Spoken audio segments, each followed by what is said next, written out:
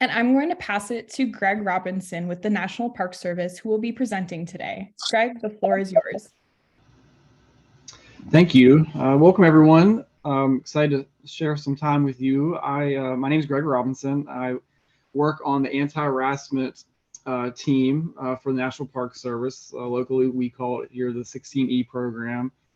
And for the next few minutes, we're going to go through basically the core values of the National Park Service and what our goals are with our anti-harassment program and what our expectations are for everyone that works with NPS. And so hopefully by the end of these next 22 slides, we will give you a little bit of understanding of where our goals are and what we're trying to accomplish with our anti-harassment program. Can we go to the next slide, please?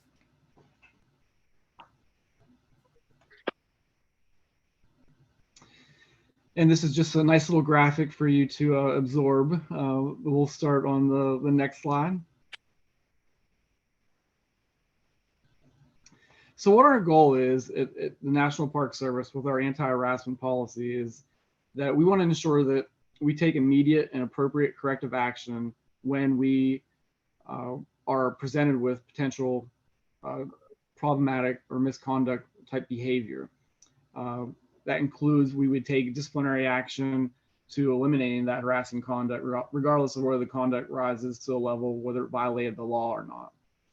And the goal of the program is to stop and prevent and essentially cease any harassment that may happen at the earliest possible stage before it becomes, as you can see a quote there on the slide, severe or pervasive, which is a legal terminology. But the goal is to prevent it and to teach and educate as much as we can to prevent any harassing behavior. We're going to go through some of the details about that. Next slide, please.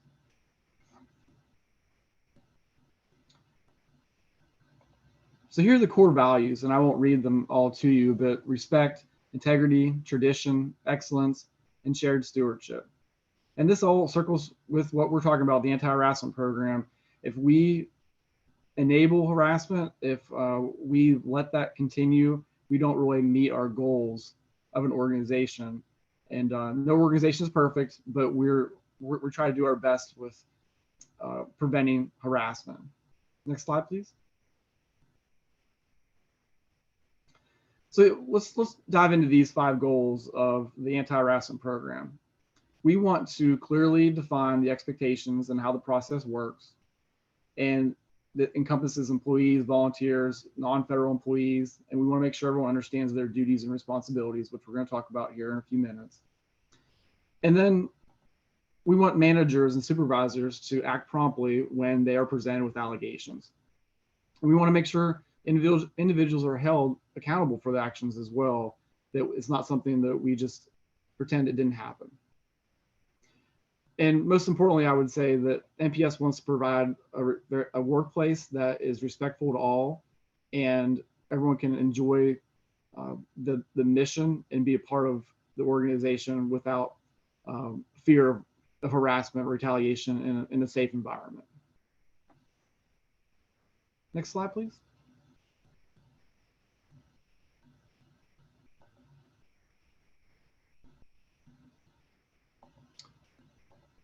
So let's dive into a little bit of the details of harassment being defined.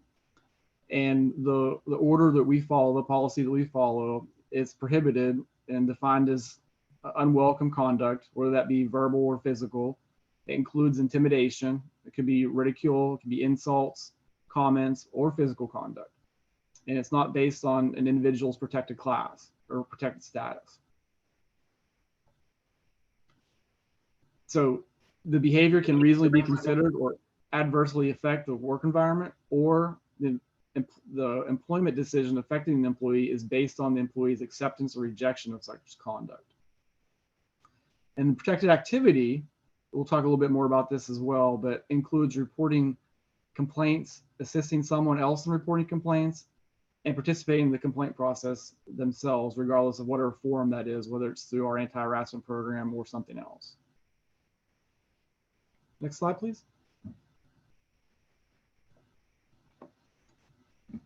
So I think it's important, to, in part of your welcoming and onboarding process of working with the Park Service, that these are things that you need to know, is that the National Park Service will not tolerate harassing conduct, whether it's sexual or non-sexual in nature, against any MPS employee or an intern or volunteer or contractor, or anyone that you're going to be interacting with or engaging with.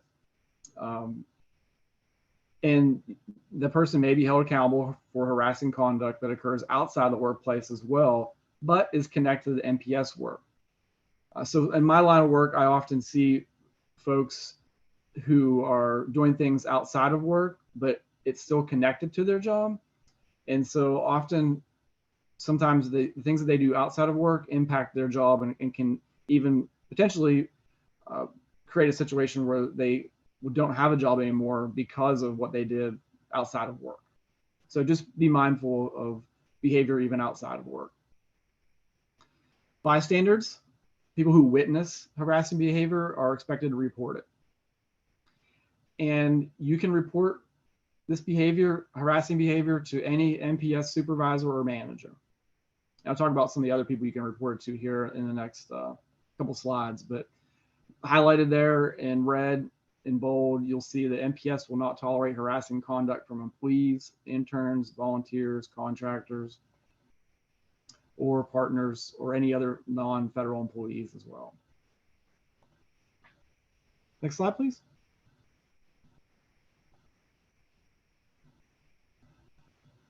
So this is what our expectations are of behaviors and conduct. Everyone treats everyone with dignity, respect, and kindness. They listen to others before expressing their view. Folks do not belittle, judge, or patronize. They refrain from demeaning, discriminatory, harassing behavior and speech. We recommend that you think before you act or speak. Focus on the work that you're to perform and the mission and the vision of the MPS and their partners in the office you are assigned. We recommend that you take personal responsibility for your behavior and conduct and not necessarily blame other folks for something that you're involved with. And we expect that you respect the rules and policies of the federal workplace and the MPS. Next slide, please.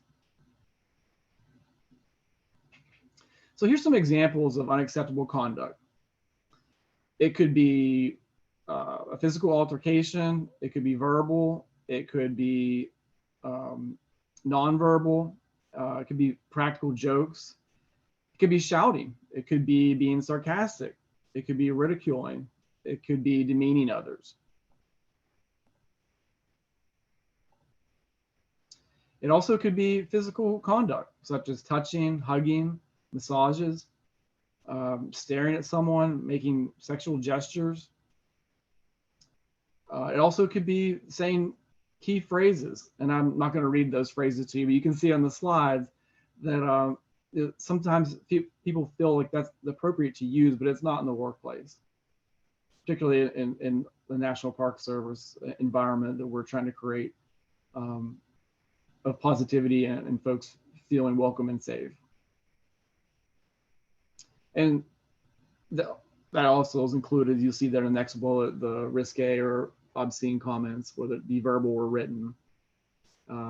You are not to display sexual images, either in print or digitally, in the workplace or to your coworkers, and including making homophobic insults and threats.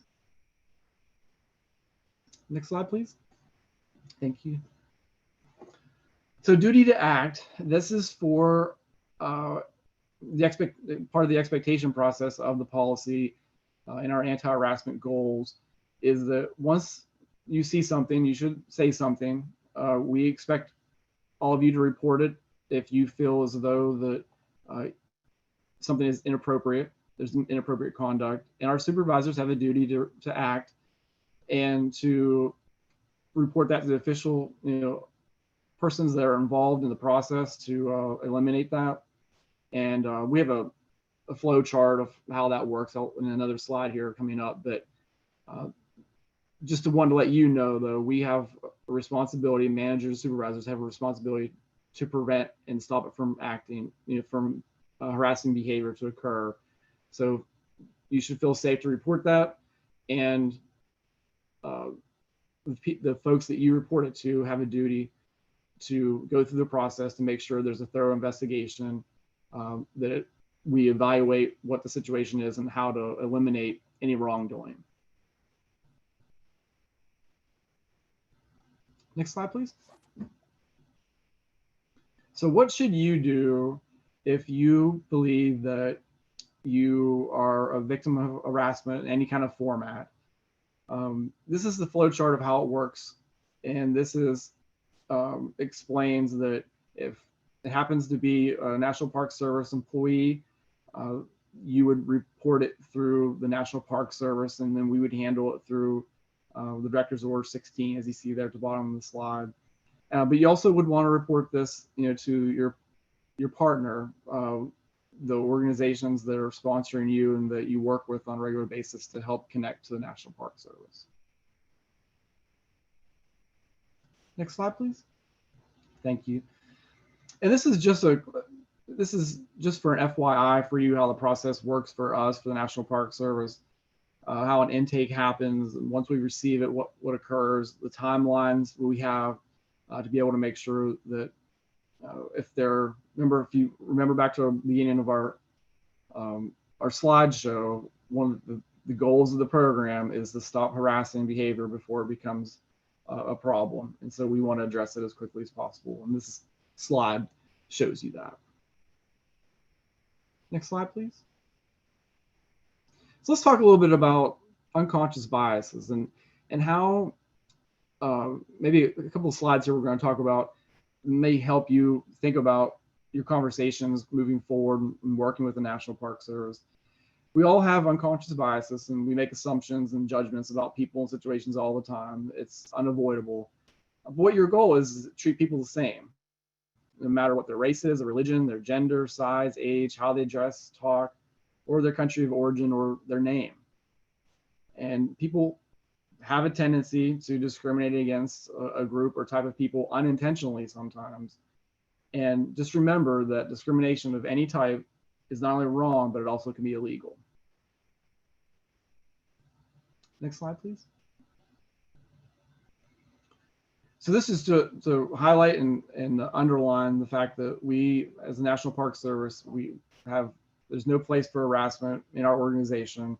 Obviously, our organization is not perfect, but that's our goal, and our strive to do is to provide that safe, welcoming environment, free from judgment and free from anything that would meet the criteria of harassing behavior. And that's for all of our employees, volunteers, and interns. Next slide. Thank you. So what retaliation is when you are when something adversely happens to you because you've reported wrongdoing. And it is unlawful to retaliate against those who engage in protected activities such as raising a claim of harassment or reporting an allegation of harassment or conduct, providing evidence in an investigation, as being a witness, or intervening to protect others who may have suffered from harassing conduct. Because it might not necessarily be you, but it might be someone that you've witnessed as being harassed or discriminated against. And for the National Park Service, a manager cannot fire, demote, harass, or otherwise take any personnel action against an individual for being a part of this process as far as the administrative investigation. So just remember that we encourage you to, if you see something, say something. Next slide, please. So we all have disagreements from time to time in our workplace, and disagreements are normal. And what your goal is to learn how to disagree respectfully. You always want to keep your tone of voice steady and never yell or raise your voice. And what you want to do is basically focus on the issues. Don't necessarily attack the other person. There's no reason for name calling. That's only going to go down a bad road that you don't want to be on, and often escalates the situation. What you're trying to do is to de-escalate any situation on a disagreement. And I would say most importantly, is focus on the mission, right? We all have a job and what we're trying to accomplish and what we're trying to do. And if anytime you're upset about something, if you can refocus on what the mission is and what you're trying to accomplish, reorganize, reframe the conversation to focus on the mission, that'll often help you get out of feeling certain ways and being upset.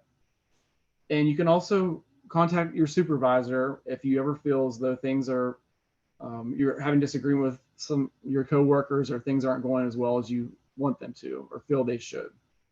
But when you have conversations with folks and your coworkers, and you want to tell them I statements, basically, instead of directing it towards them, you want to let them know how you felt when they did certain things or said certain things.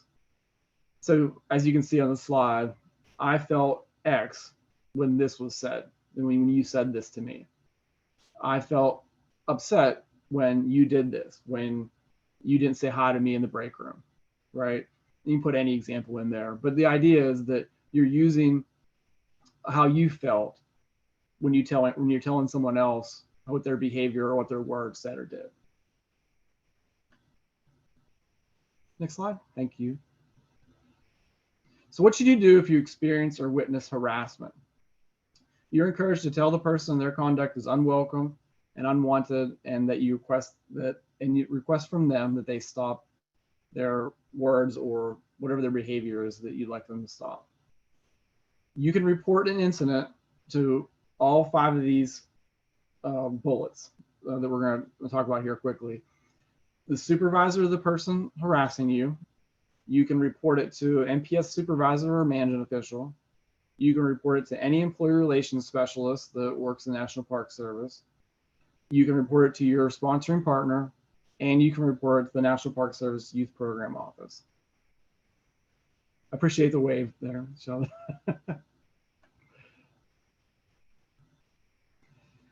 So on the subject of confidentiality, we do our best as an organization to keep everything as confidential as possible. We understand that it's not easy sometimes reporting harassment. It's not easy reporting the option, what some of the things that are happening to you in a workplace. And what we want to let you know is that we try to keep that confidentiality as much as possible to the greatest extent required by the law. The identity of the employee alleging violations in this policy will be kept confidential, except as necessary to conduct a proper administrative investigation and to take appropriate disciplinary or corrective action, or to comply with the reporting requirements of the policy, or in any other case that we're required to identify that individual by law. So just in summary of that, to let you know that the confidentiality piece is that every supervisor, every manager is instructed, required to keep as much confidentiality as possible. So don't feel as though that you shouldn't report any misconduct, because we do our best to keep that. Even if it's anonymous, we'd want to hear from you if you feel like there's misconduct. So in review and the takeaways of the policy and what we're trying to do as the National Park Service to create a good work environment for you and everyone that you're associated with is that civil treatment is always required. Always treat everyone with dignity and respect. Be mindful of any unconscious biases that you may have and adjust them appropriately. And learn how to disagree respectfully. Take responsibility for your own behavior. Never yell or raise your voice. Report inappropriate and harassing conduct, and know how to report inappropriate and harassing conduct. Know who you're supposed to contact when it occurs. And as I said a few minutes ago, all those folks that I identified, you can report harassing behavior to. Next slide. So we went through those slides and hit all those points that we wanted to cover. Does anyone have any questions about the policy or anything that we talked about here today?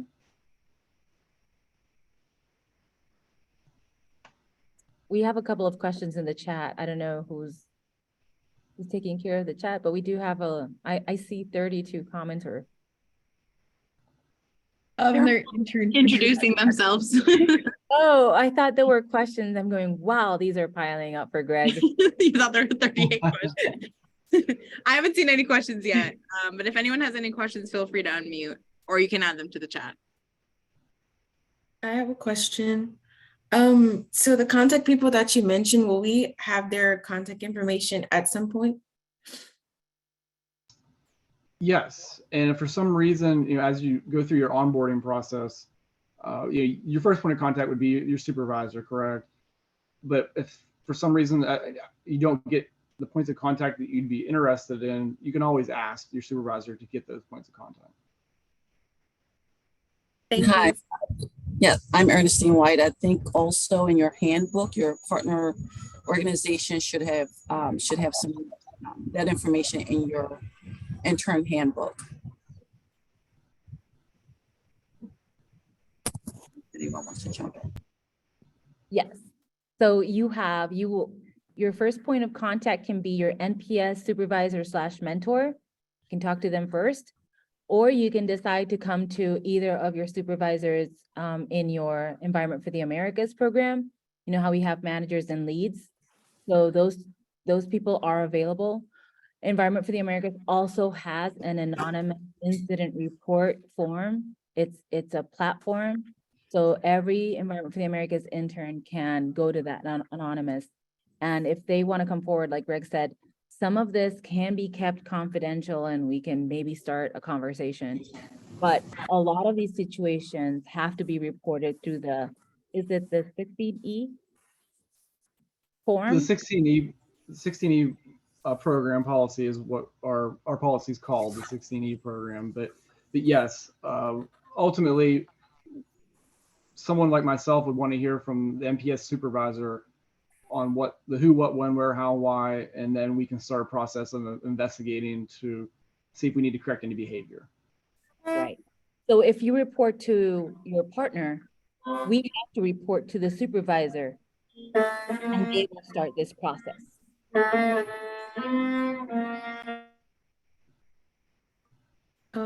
Also, if we report something, will we know the outcome after everything is concluded? That is an NPS question. Yes. Yeah, that's a good question, and one we get often. The answer is no. We try to keep as much confidentiality as possible. So what will occur is that, depending upon the organization, you may or may not get a notice that the investigation has been completed and appropriate conduct has been, appropriate way to deal with that situation has been addressed. I will say though, on that subject, if for some reason, fast forward, you ended up reporting a behavior and the behavior does not stop, do not stop reporting it, right? So our goal is to stop that harassing behavior, and we want you to make sure that you have confidence that the National Park Service is going to do what's necessary to eliminate that type of behavior. So if it's not stopping, don't hesitate on reporting it again and letting the chain of command know that there's a challenge and that maybe it's not being addressed within the time frame that you want it to be addressed. Okay, thank you. You're welcome.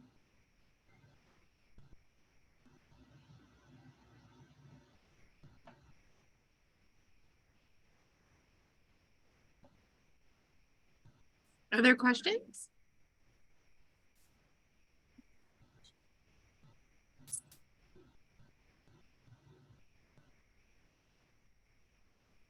I don't think we have any other questions at this time.